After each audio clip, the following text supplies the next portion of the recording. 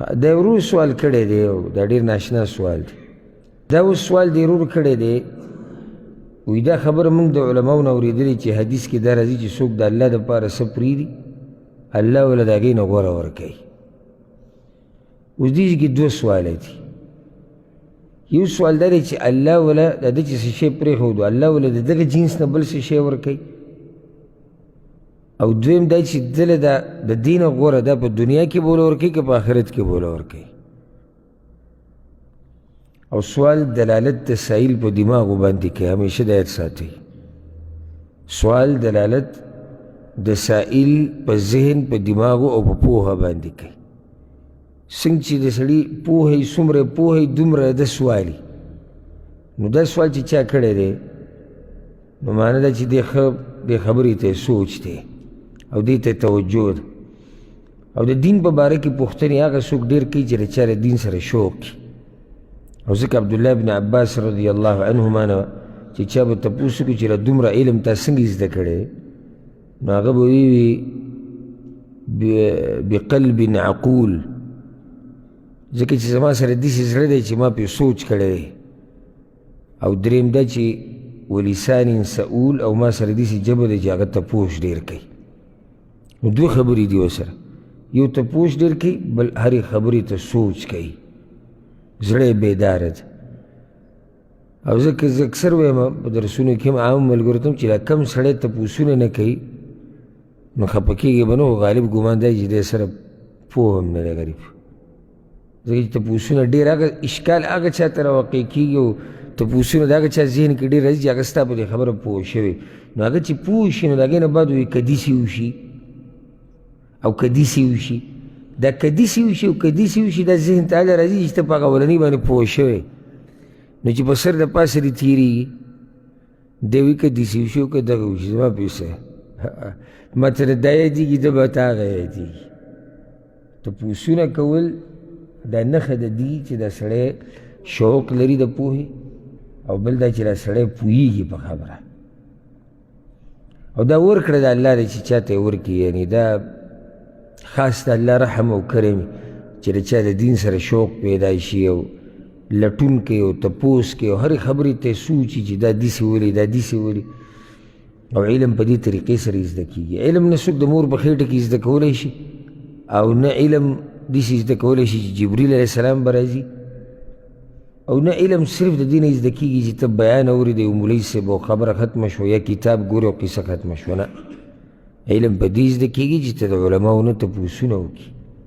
خو تپوسونه د علم د زیاتولو لپاره، تنګولو لپاره نه د ځان د راښکاره کولو لپاره چې زه م څوک یم. نو ورور دا سوال قیمتي سوال دی چې الله به د دې په بدله کې تاله غوره درکوي. آیا دقه شان شی جنس د دې یعنې دقه شان شی به د دې نه غوره درکوي که نه بل څه به درکوي؟ دویم دا چې دنیا کې به د دا غوره څه درکوي که نه په آخرت کې به درکوي؟ اول خو دا یاد ساتل پکار دي چې ښه په صحیح حدیث کې دا راغلي دی، امام احمد راوړی دی. رسول صلی الله علیه وسلم وایي کله چې م ته یو شی پرېږدي د الله دپاره الا بدلک الله به ما هو خیر لک من. ته چې کله م یو شی د الله د رضا دپاره پرېږدي الله به د هغې په بدله کې تاله د هغې نه غوره درکوي. دا خبره د پیغمبر صلی الله علیه وسلم ده او دا حدیث صحیح دی او زموږ په ایمان دی چې څه شی دې د الله دپاره پرېښودو الله د هغې په بدله کې تاله د هغې نه غوره درکوي. وجه دا ده چې الله غیرتي ذات دی او چې ته د هغه دپاره دومره څه وکړې چې هغه څه دې پرېښودو چې کیدای شي ستا خواهشاتو غوښتو، ستا نفس غوښتو، کیدای شي ستا بچو غوښتو، کیدای شي ستا ښځې غوښتو، ستا مور پلار ملګرو معاشرې، تا بیا هم هغه څه پرېښود. نو هغه کریم رب دی، شکور رب دی، د بنده د عمل قدر کوي. شکور د الله نوم دی. دی یو ترجمه دا دی، یو معنی چې د بنده د عمل قدر کوونکی ذات دی. او بیا چې ته لږ څه وکړې هغه ته ډېره څه درکوي. نو چې ته د هغه دپاره څه پرېږدې نو هغه ته بیا ډېر څه درکوي. لکه اوس یو سړی حرام خوري او ته ورته ووایې چې یاره ستا دا معامله خو حرامه ده، تجارت ستا حرام دی. اوس دا تجارت پرېښوده د الله دپاره دا ګوره اسان کار نه دی. ګران کار دی ځکه چې دغه د ده خوراک دی اسحاق دی بچو له تیم لیږي خپل دنیا یې پې هم روانه کړې او دی دا پرېږدي د الله د رضا دپاره نو لوز د ده سره دا شوی دی چې دله به الله د دغې نه غوره ورکوي ښه دا بعض ملګري راشي تپوس کوي وایي موږ ته کمپنۍ کې وي او موږ ته پلاني ځای کې وي چې ګیره به لرې کوي او دا چل به داسې کوي او دا به دغه کوي اخر دا موږ به دینداري کله کوو یعنې دینداري به موږ هغه کوو چې کله زموږ طبیعت او چروت برابري او څوک کوم تنګوي نه او څوک راته څه نه وایي بس بیا به ټک خطا دینداري کوو دې ځای کې دا حدیث مخې ته راوسته پکار دي لکه ته ګیره لرې نه کړې نو څه به وشي د کار نه به وباسي دا تر الله دپاره پرېښه د ایمان او یقین ساته چې الله تعالی دې نه غوره درکوي ایمان او یقین اوس یو سړي ایمان او یقین په دې مضبوط دی هغه جدا خبره خو چې ایمان او یقین دې په دې خبره مضبوط وي رب العالمین خو خپل لوز خلاف ورزي نه کوي دا کېدی نه شي چې یو سړی د الله د رضا دپاره څه شی پرېږدي او الله دې له د هغې نه غوره ورنه کړي نو بیا دلته یو څوک دغه اشکال راوستی چې موږ ډېر خلک داسې لیدلي هم دي چې یو کار یې پرېښودی او الله والا نه دی ورکړی د هغې وبدل کړي بل نو جواب د هغې یاد کړه کله دا تبدیل او تعوید یعنې د دې په بدل کې بل څه ورکول کله د جنس ته هغه شي نه چې ده پرېښودی او کله د بل جنس نه لازم نه دی چې دا کم شی چې تا پرېښودی دی همدقه شان شی یا د دې نه غوره به الله درکوي کېدی شي د دغې د جنس نه کېدی شي د بل جنس دی لازم نه ده لکه امام ابن القیم رحمه الله ناشته خبره کړې ده هغه وی الله چې به بدل کې څه ورکوي د دې ډېر قسمونه دي او وی د ټولو نه غوره څه چې الله ورکوي په بدل کې دې ته غوږ کښېږده د ټولو نه غوره څه چې الله ورکوي یو بنده ته د دې په بدله کې چې داسې شی پرېښود د هغه دپاره هغه د الله سره محبت دی او د زړه سکون دی او د الله راضي کېده دي د دې بنده نه او د دې بنده راضي کېدل دي د الله نه خو دا هغه څوک محسوسولی شي چې دیندار یې اوس د بېدینه سړي ته دا وایي چې ټول نه غوره دا دی هغه وایي چې زموږ پیسه پکار دی زموږ ډوډۍ پکار دی زموږ چېرته رزق پکار دی اوچته تنخوا قیسې کوه د غټې ویزې باس کوه د کمپنیانو خبرې کوه ته ما ته الله به راضي شي الله راضي کېده دا د ټولو نه غوره هغه څه دي چې الله یې دې بنده له ورکوي ځکه د عوام بلکې ډېر داسې طلبة العلم هغه په دې حدیث پوه نه دي چېرې الله به د دې په بدله کې غوره څه ورکوي اوس انتظار کوه هغه کار چې ما کوم ختم کو هغه د 50,000 الله به اوس د 100,000 بل لا کوي او سبا به یې راکوي او د 100,000 د 2,00,000 به راکوي دا خلک په دې حدیث باندې پوه شوي نه دي لازم نه ده چې محسوس شی تعالی الله درکړي محسوس څه ته وایي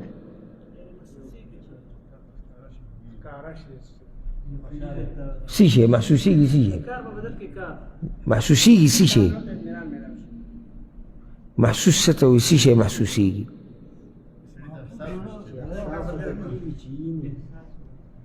لکه څه شی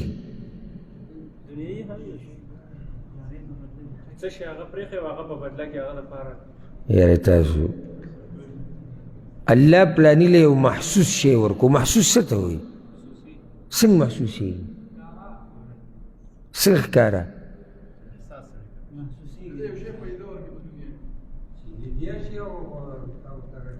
لیدی شي لاس وړلی شي راوړی شي اوچتولی شي دا ټول محسوسېږي که نه او دا بار زه وایم دا پلانی شی حسي دی او دا معنوي دی حسي دی او معنوي دی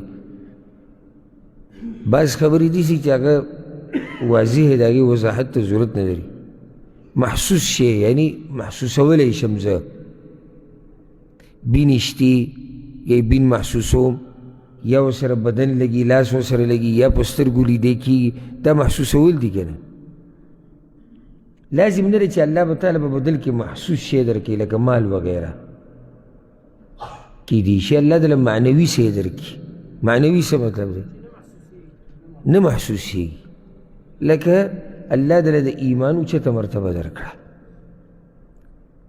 او ځکه یو بعضو کتابونو کې دا قصه راغلې ده بعضو کتابونو کې دا قصه علماء را نقل کړې ده، وی یو زاهد او عابد بنده خلکو ولیدو په لارو کوڅو کې، او دې ته غوږ کېدی. یو زاهد او عابد بنده خلکو په لارو کوڅو کې ولیدو، هغه بد حال و، یعنې کپړې ګډې وډې وې، پیزار شلېدلی را شلېدلی. نو چا ورته دا ووی الله خو پیغمبر صلی الله علیه وسلم خو وایي چې الله د چا دپاره څه شی چې څوک د الله دپاره څه شی پرېږدي الله وله د هغې نه غوره ورکوي. وانت ترکت الدنیا، او تا خو ټوله دنیا د الله دپاره پرېښودې ده. فماذا عوضك الله، نو تعالی الله څه درکړي دي؟ یعنې دغه خړ پړ ګرځي او جامې یې دغه هللی پیزار دا دی او غریبي او فقیري او حالانکه حدیث کې دا راځي چې څوک الله دپاره څه پرېږدي، تا خو ټوله دنیا پرېښودې ده، نو تعالی الله څه درکړي دي د دغې نه غوره چې تا پرېښودې دنیا؟ هغه ورته الرضا بما انا فیه، راضي کېدل په هغه حال باندې په کوم چې زه یم د الله ماله غوره څه راکړي دي. نو ډېر خلک په دې حدیث باندې پوه شوي نه دي، او کله دا په دنیا کې سړي ته میلاویږي، کله په آخرت کې. دا م یاده که، یعنې دنیا کې یو سړي ته د هغې په بدل کې هېڅ هم میلاو نه شو. نو دا نه چې ستا په حدیث کې شک پیدا شي د پیغمبر په خبره کې یا د الله په لوز کې، نه. هغه حدیث کې دا دی چې الله وله د دې نه غوره څه ورکوي که نه، آخرت کې الله دله دې په بدله کې جنت ورکوي. جنت غوره نه که نه دغه پیسې غوره وي، یا دا مزدوري یا دا کار یا دا سامان، جنت غوره. د الله رضا ده ته په آخرت کې میلاویږي، دا غوره ده. نو لازم نه ده، خلاصه دا شوه، لازم نه ده چې دا شی به محسوسي، دا معنوي هم کېدی شي، او لازم نه ده چې دا به تا ته په دنیا کې میلاویږي، دا په آخرت کې هم تا ته میلاویدی شي. دنیا کې الله څنګه ورکوي؟ لکه ګوره ښکلی مثال پې د سلیمان علیه السلام والا. سلیمان علیه السلام چې کله مصروفه شو د مازدیګر د منځه نه د اسونو د لاسه، قرآن کې دا واقع راغلی ده. یو تفسیر کې بیا دا ویلی شوي دي چې ده دغه اسونه ټول حلال کړو. ولې؟ ځکه چې د دې اسونو د لاسه دی د مازدیګر منځه نه لیټ شو، نو د الله دپاره دغه اسونه د هر څه پرېښودو، حالانکې هغه په اسونو سخت مین. رب العالمین ولې په بدله کې سیلۍ ورکړه، نو بیا به هغه سیلۍ ګرځو را ګرځو. او مهاجرینو خصوصا مکې والا او صحابه کرامو چې کله خپل کورونه پرېښودو، الله رب العزت د دنیا بوی له ورکړه، د ټوله دنیا بوی فتح کړې، نو د دنیا بوی پراخه کړه. ولې؟ ځکه چې خپل کور پرېښودی، خپله ځمکه یې پرېښودی. اوس یو سړی لګیا دی غلاګانې کوي، او د الله نه ویرېد، او د الله د یېرې نه دا غلا پرېښود. الله رب العزت وله دغه شان مال ورکړي، د دې نه به وله غوره ورکړي، او یا به وله الله معنوي څه ورکړي. څنګه؟ لکه اوس ګوره یو سړی دی غلا یې کوله، او غلا یې پرېښوده، توبه یې وویسته، 5 وخته لمونځ کوي، سکون، اطمینان، د قرآن تلاوت، ښایسته خوی، دا ټول الله دله ورکو. نو اوس هم موږ به دا انتظار نه کوو چې دله خو الله پیسې ورنه کړې، خو غلا پرېښودې ده. دا دومره څه چې وله الله ورکړو تا ته نه ښکاري؟ دا چې ځان ته را نږدې کړو، دا دینداري چې وله ورکړه، دا اوچت خوی چې وله ورکړو، دا سیرت چې وله ښایسته کړو، دا په معاشره کې چې وله عزت ورکړو. پرون غل خلکو ته کنځلې کولې، نن خلک عزت کوي. دا هر څه نه دي، دا هغه څه نه غوره چې ده پرېښودي شي. پته نشته تاسو په دې مسله پوه شوئ که نه؟ پوه شوئ؟ ښه.